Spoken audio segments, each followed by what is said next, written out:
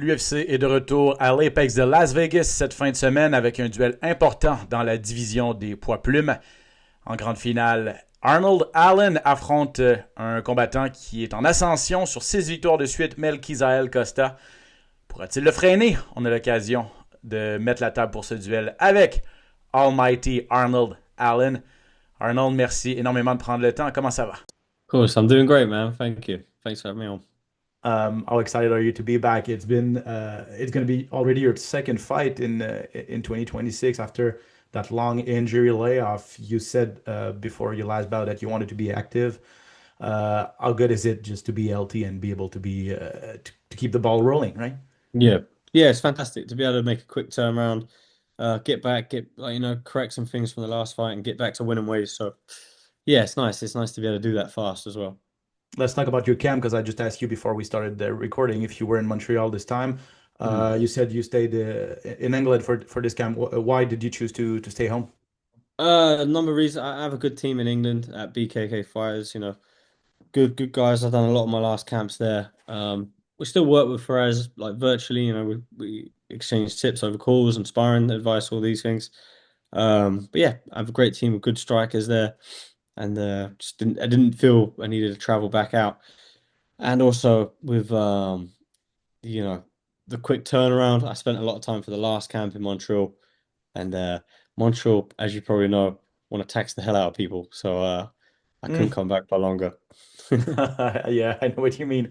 I know what you mean. Let's talk about Faraz though, because he won't be in your camp, but you said you work with him still, and you've been here in and out for the last number of years, almost 10 years now. Yeah. So what do you find here at TriStar, and what do you like in Faraz and just the people here in Montreal that help you grow as a fighter?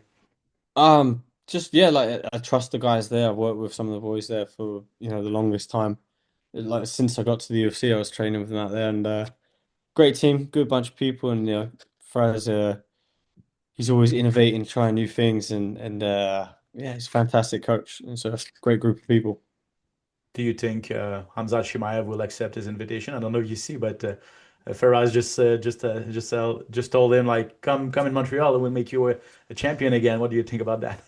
Yeah, I don't see it happening. No, I don't think so.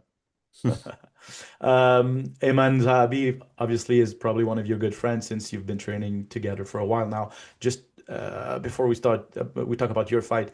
Just a reaction about him having this huge fight next month. How is it at TriStar, and how happy are you for Ayman just to get this huge opportunity at Freedom 250? Yeah, it's awesome. Eamon's he's on the rise, man. Like he's reached his prime at late 30s. He's turned it around. He's doing amazing, and it's great because having trained with him for so long, we always knew how great he was and how good he was. And I mean, better late than never, but he's showing it finally. So, I think he's going to go out there and I think he's going to get a win, and he's going to go on to that title fight, I think.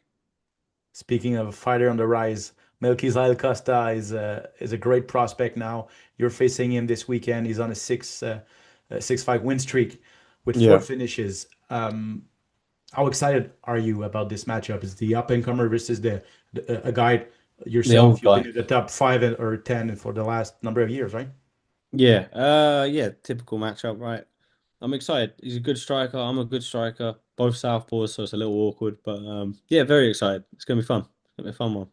What did you see in video and in his last performances that you need to be careful of this Saturday? Just his kicks. Obviously, he's got fantastic kicks. Every range, up close, at far, front kicks, side kicks, push kicks, everything. He's fantastic. Um, Obviously, maybe pressure. People will say pressure is on your side. Do you think it is? Because you may lose your ranking. You're ahead of him, and 1-3 in the last four bouts, even though it's against elite competition. But do you think pressure is on your side, on his side for this one? Yeah, it's on both of us, right? Your job's always on the line. Um, and it's 1-3 in the last three, but I feel more realistically it should be 3-1. So I don't really, yeah. I feel I won the last one. I definitely beat Moswa, and that is what it is.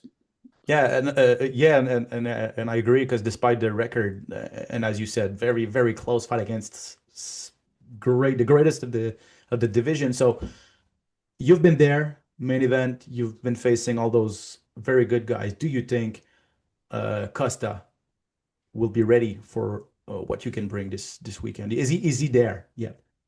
No, I don't think so. Hmm. Skill wise, I think yeah, no, he's great, but like I just think for me, I feel better. I'm gonna beat him. What do you think experience matters in that those kind of matchups? I think he might even have more fights than me, but like just the experience in with those elite guys, he doesn't have that, you know. So I think yeah, that'll play a part. Let's talk about your last fight against John Silva. You think you won that fight still? Yeah, no, I felt What like I makes you did say enough. that? I just felt like I did enough. It was Mhm. a close fight, but like yeah, I felt good. That's all. You seem to be a very fun guy to be around, and when he did that surfboard thing at the end of the fight, a lot of people, including myself, thought it was a little bit disrespectful. I don't know. I've never fought myself, but in the heat of the moment, I guess you may do some things like that. But I've never seen that in a UFC fight, and I thought it was borderline. But your reaction was you took it with a grain of salt, and you said kind of in a funny way. Um, what was your reaction in the heat of the moment, and afterwards, why did you react like that? Yeah, I don't really care. He's a funny guy. I just thought it was something stupid, you know? Like whatever. It's whatever. And what do you wish to prove this weekend, and what do you need to do to be back in the conversation and be back in the top five? Yeah, I'm just gonna go out and show everyone how good I am, and yeah, no regrets. That's it. Just go out and do the business. And before I let you go, obviously there's another big MMA card the same night as you, and you said in Is previous there? interview. Not sure. I don't Well, know. I don't know if I'm gonna watch it though. But you said in previous interviews that even though there are big names on the other side, you and Costa are at in the prime of your career. So do you think for a pure MMA on a pure MMA standpoint and just skill wise, what would you tell people? Should they watch your fight this weekend? yeah, you can't tell people what to watch, but like people like the circus, right? You either want to watch real fights or you want to watch, you know, some carnival thing or something, you know? Hmm. So there's going to be a big skill wise. It's going to be on full display this Saturday between you and Melchizedek Costa.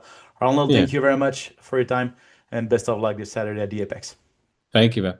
Merci beaucoup à Arnold Allen. On a parlé en premier lieu de sa santé. C'est un gars qui a été sur la touche pendant un an et demi, là, il n'y a pas très longtemps avant de revenir en début d'année. Très heureux de pouvoir enchaîner les combats comme ça. Là. C'est son deuxième déjà en 2026 après cette blessure. Ça fait du bien pour lui. Il a hâte d'être en action cette fin de semaine et espère donc retrouver le chemin de la victoire. C'est un gars qui s'entraîne d'habitude au Tristar. Hein? On a souvent vu Ferazabi dans son coin. Il est même à Montréal depuis plus d'une dizaine d'années maintenant. Là. Mais ce camp-ci, il l'a fait chez lui en Angleterre. Il n'a pas ressenti le besoin de venir cette fois-ci. Il avait passé énormément de temps pour son camp en prévision de son duel contre Jean Silva. Cette fois-ci, il était plus en contact virtuel avec Feraz Zahabi. Là, on reste en contact quand même avec l'entraîneur-chef. Feraz ne sera pas dans son coin. Et ce qu'il a dit à la toute fin, c'est écoutez, ça coûte cher, Montréal. Beaucoup d'impôts, beaucoup de taxes. Donc, cette fois-ci, vu que j'ai passé beaucoup de temps en début d'année là-bas, cette fois-ci, j'ai préféré oui, rester chez nous en Angleterre. Il a énormément de respect quand même pour Ferazabi. Il va revenir là, au Tristar éventuellement. Euh, Ça demeure son entraîneur-chef et son équipe principale. Il est ici depuis très longtemps. Il a connu beaucoup de succès avec eux. Énormément de respect pour toute l'équipe, que ce soit les entraîneurs, également les partenaires d'entraînement. Euh, un mot sur Eman Zahabi, son bon ami là, depuis longtemps. Donc, il a commenté le fait qu'il y avait une grosse chance, un gros combat qui s'en venait à la Maison-Blanche contre Sean O'Malley. Il dit je suis certain qu'Eman va profiter de cette occasion. Je pense il est un peu sous le radar, mais sur toute une séquence. Et il va causer la surprise contre Sean O'Malley et ensuite obtenir un combat de championnat. Il en est convaincu. On a parlé de son duel, bien sûr, de cette fin de semaine contre Melchizedek Costa. Duel classique, selon lui, entre un vétéran établi, Allen, et un jeune en ascension, Costa, sur 6 victoires de suite, comme je le disais en début d'entrevue. Il doit faire attention à ses coups de pied. Plusieurs des victoires de Costa dernièrement dans cette belle séquence ont été acquises grâce à des coups de pied, que ce soit à la tête contre Morgan Charrière, à courte distance directement au niveau du cou contre Danny Gay à sa dernière sortie. Donc, c'est sa grande force et Allen doit en être conscient. Allen n'a jamais été terminé, cependant, n'a jamais perdu par KO, même par soumission. Donc, ça sera difficile pour Costa. En fait, si Costa réussit cet exploit, là, ce serait vraiment exceptionnel pour lui. Est-ce qu'il ressent la pression? 1-3 quand même à ses 4 derniers combats. Arnold Allen, une seule victoire, donc 3 défaites, mais c'était contre Max Holloway, Movsar Evloev et Jean Silva à sa dernière sortie. Il dit « J'ai été 1-3, oui, mais ça pourrait facilement être 3-1. Oui, j'ai perdu contre Holloway, mais je suis convaincu que j'ai gagné contre Movsar Evloev et je pense que j'en ai fait assez à ma dernière sortie pour battre Jean Silva. » C'est son opinion. Il n'en reste pas moins qu'il est officiellement dans les statuts officiels, une victoire, 3 défaites à ses 4 derniers, mais ne ressent pas de pression. Il dit, regardez, chaque combat, notre emploi est sur la ligne. Il n'y a pas de contrat garanti. Notre emploi est en jeu à chaque fois qu'on sort se battre. Donc, autant sur moi que sur Costa, cette fois-ci, il y a énormément de pression. Est-ce que Costa est prêt? On le sait qu'Allen a fait déjà 5 rounds et je vous nommais les gens qu'il a combattus. Il se bat parmi l'élite depuis longtemps, là. Alors que Costa, lui, oui, sur 6 victoires, mais n'a pas affronté des adversaires de ce calibre. Donc, est-il prêt, Costa, selon Allen, à être à ce niveau? Il dit, je ne suis pas certain. Il a beaucoup d'expérience, quand même beaucoup de combats, mais contre, effectivement, de la compétition moins relevée. Donc, on va le voir cette fin de semaine. C'est un gros test pour Melquizael Costa. On a parlé un petit peu de son dernier combat contre Jean Silva. Il est convaincu qu'il a gagné. Cette histoire de planche de surf, là, je ne sais pas si vous vous rappelez, mais Silva, à la toute fin, alors qu'Allen était au sol, se protégeait. Silva est carrément monté sur son dos, mimé un peu un surf. Ça manquait un peu de respect. Il n'a pas trop voulu s'embarquer là-dedans, Allen, mais il l'a pris en riant, mais clairement n'a pas nécessairement apprécié tout ça. Il veut prouver qu'il fait encore parmi l'élite, qu'il fait encore partie de l'élite, oui, cette fin de semaine. Et en terminant, le fait d'être en compétition directe avec cette carte de MVP sur Netflix en finale, Ronda Rousey contre Gina Carano, ça fait énormément jaser. Ngannou sur cette carte également, Nate Diaz. Donc, il sait que la compétition est forte. Il l'a même dit dans d'autres entrevues, je pense pas que l'UFC essaie de compétitionner, là. Il sait que la curiosité va être de ce côté-là.